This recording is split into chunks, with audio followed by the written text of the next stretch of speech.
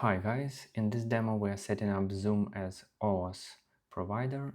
First of all, in Zoom dashboard, let's create a new application.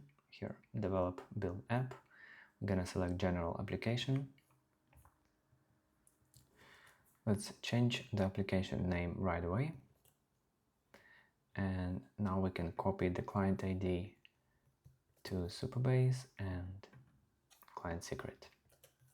Let's copy the callback and paste it here under OAuth redirect URLs. Now we need to add scopes and add user scopes. We will select all of the permissions. And now it should be working. Let's save the integration and try to log in using Zoom. Here is our test application, all the permissions. Let's allow application to access. And now we have another provider, which is Zoom, for our user. That's it. Thank you very much.